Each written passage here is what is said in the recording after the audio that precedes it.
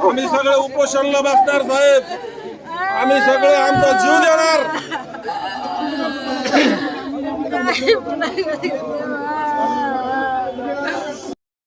शिर्डी आपलं आंतरराष्ट्रीय दर्जाचं इथं कर्मचाऱ्यांची कशी सुरक्षा पाहिजे।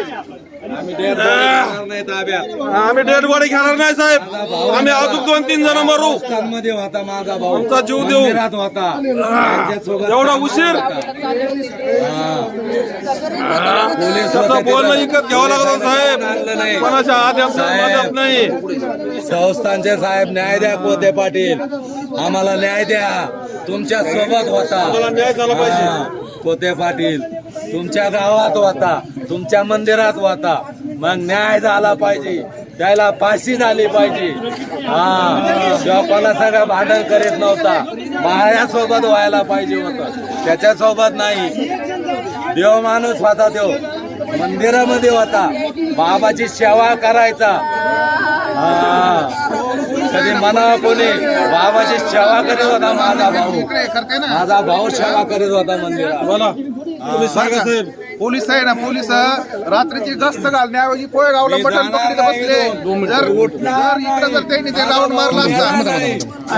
प्रकाश घोडे माझं नाव आहे, पोलीस माझा भाऊ होता, संस्थांमध्ये होता, मंदिरात होता, कशी सुरक्षा पाहिजे, कर्मचाऱ्याला होता, त्याच्यासोबत असं कसं होईल, काय करायचं साईबाबा असं कसं करेल? काय झालं?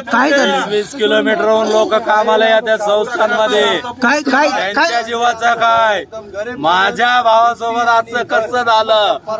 दादा होता, मंदिरात होता, काय झालं त्यांच्यासोबत? त्यांच्यावर हल्ला झाला, वार झाले त्याच्यावर, ड्युटीला येत होता, मंदिरात होता, 20 किलोमीटरहून येणाऱ्याचं काय, बाकीच्या कर्मचाऱ्याचं काय आहे? या संस्थांचा कर्मचारी होता, माझा भाऊ परमनंट होता, कर्मचारी होता इथं, असं कसं झालं? मग ड्युटीला येत होता, तुमच्या मंदिरात होता। किती वाजता येत होते? 4 वाजता ड्युटीला येत होता तो, असं कसं झालं? मग कुठं घडलंय? हे कर्डोबानगर चौफुल्ली मध्ये शाळेच्या तिथं